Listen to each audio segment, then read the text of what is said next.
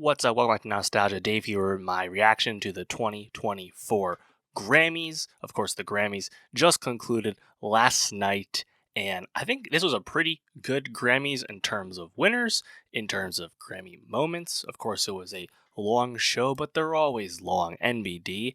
But yeah, I think there's a lot of fun takeaways from this Grammys, and overall, I'm pretty pleased with the outcomes here. So just jumping right in, we had some historic stuff, not unexpected, but Taylor Swift wins Album of the Year for the fourth time, winning 4 Midnights, being the first artist to win Album of the Year 4 times. Obviously, that is a tremendous deal, even if Midnights is, not even a top 4 Taylor album. Nonetheless, kind of feels right that the momentous, monumental, colossal commercial year Taylor Swift had would conclude with an Album of the Year win. Did I want SZA to win? I did, but it is what it is. Similarly, with the sentiment of it is what it is, would be Billie Eilish and Finneas winning Song of the Year for What Was I Made For. This is now the second time that Billie has won a general field Grammy in an off-album cycle. Of course, also winning for Everything I Wanted a few years ago. Billie Eilish is just generational with the Grammys, man. She is running the numbers up. That's just how it's going to go.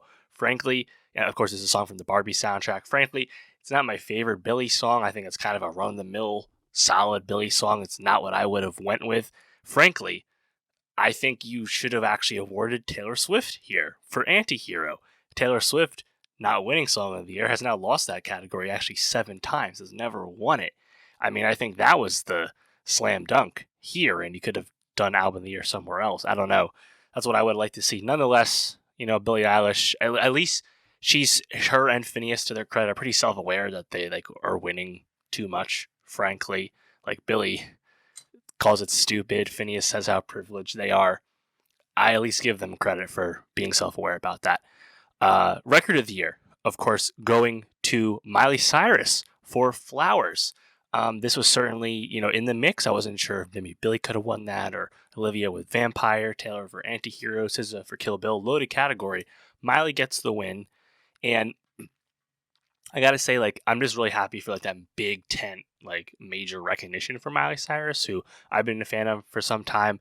For a while, I think she was very underrated as an incredible vocalist, obviously, but just as a really cool artist. And even if Endless Summer Vacation as an album, I was kind of so on. In the end, Flowers was such a monumental song that I think it's a very worthy winner. And then, of course, at the top here as well, Best New Artist. Kind of unsurprisingly, going to Victoria Monet. I mean, Victoria Monet, she was nominated for Record of the Year for On My Mama. No one else in Best New Artist was nominated for a top category, so it's kind of obvious that she would win Best New Artist. Victoria Monet is in her early 30s, not exactly new per se, but newer as a soloist, putting herself forward. It's all good, I guess. I think Jelly Roll was probably the best narrative to win Best New Artist. Ice Spice also pretty worthy. Fred again, my guy, pretty worthy as well. Good category, like usual. But nothing to be too worried about, I think, with Monet winning. It's pretty solid. Just going through some other categories. Taylor wins Best Pop Vocal Album for Midnights as well. The genre category doesn't always line up with Album of the Year. This time it did.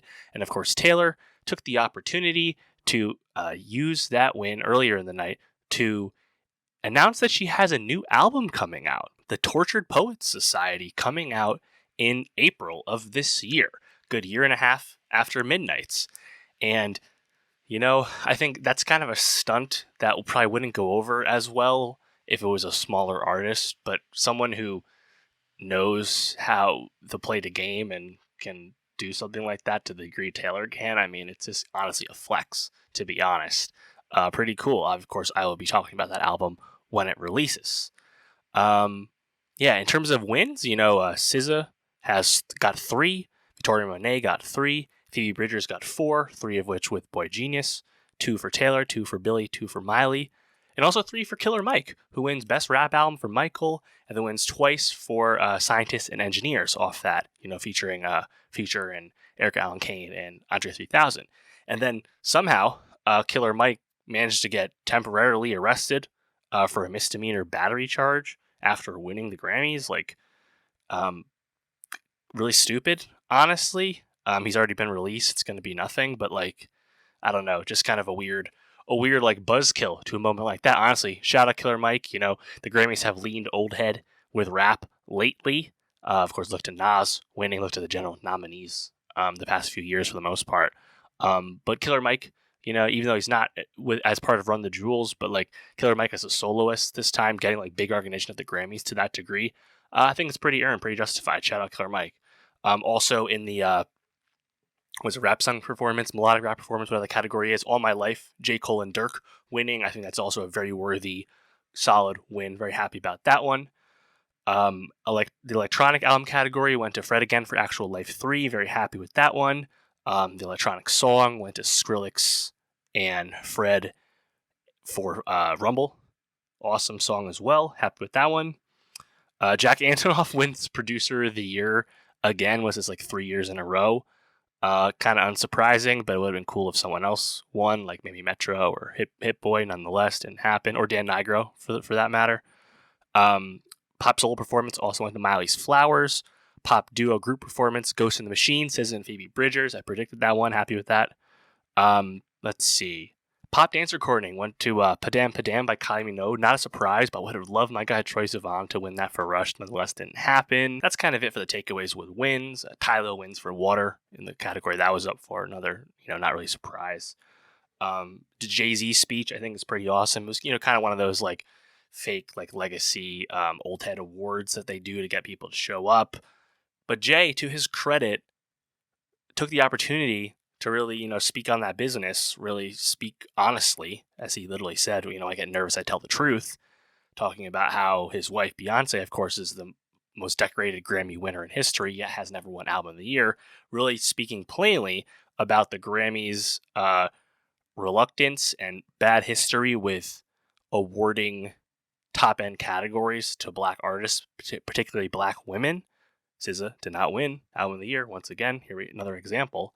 I think that's a really awesome thing that Jay did, and it's makes people feel uncomfortable, but it should for the most part. And hopefully, there's a sign of things to come.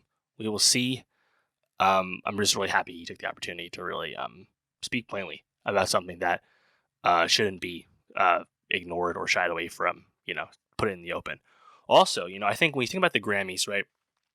You always think of the quote, the hashtag Grammy moment, where the Grammys put a old act with a young act, partially because obviously the Grammy audience skews older, and also it's kind of in a weird history with the Grammys where they kind of put these artists together. It's often kind of mismatched. It's often kind of contrived, and it contributes often to the Grammys feeling like a very long, pronounced show because you have so many performances, and often they're these weird collaborations, right? And it often feels like they do these in place of just letting a young, newer artist just do their thing and perform on their own. Nonetheless, I think we had one of the best Grammy moments, one of the best Grammy performances straight up in a long ass time, to be honest, which would be Tracy Chapman performing Fast Car with Luke Combs. I thought this was absolutely outstanding, like really kind of knocked me out. And just the meta reasons behind it are so awesome. Of course, Fast Car is nominated at the Grammys this year for Luke Combs' 2023 cover of the song. Of course, this is a song that's been covered many times, and of course, originally came out back in 1988 as performed by Tracy Chapman. And Luke Combs has spoken very openly and reverently about his love for the song, his admiration for Tracy Chapman, and why he did just a straight up faithful cover. And of course, that cover, Fast Car, became a monster hit in 2023, really bringing new life to the song. And people were talking, it's like, will Tracy Chapman perform Fast Car at the Grammys with Luke Combs, which they have not done at all to this point together? Because, of course, Tracy Chapman has largely been out of the public eye, has been not trying to be a famous person for, better part of 15 plus years at this point. Apart from some one-off late night appearances, she has not done press, she has not toured, she has not been out there. And this was I think, honestly, a coup for the Grammys. You saw how much admiration there was once Tracy Chapman was revealed on stage, and people loved it. And you also just look to Luke Combs performing the song with her and seeing how, like a kid in the candy store, like just how joyful he felt in the moment there. Watching the crowd, Taylor Swift singing along, Jelly Roll absolutely vibing to the chorus.